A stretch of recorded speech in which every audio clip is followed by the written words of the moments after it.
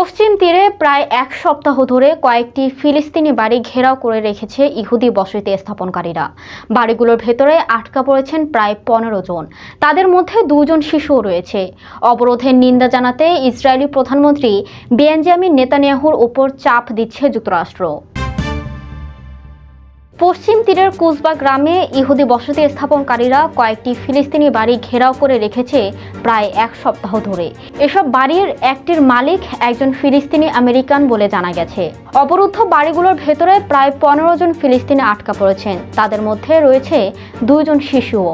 দীর্ঘদিন ধরে চলা অবরোধের কারণে বাড়িগুলোতে পানি ও বিদ্যুৎ সরবরাহ বন্ধ রয়েছে বলে জানা গেছে।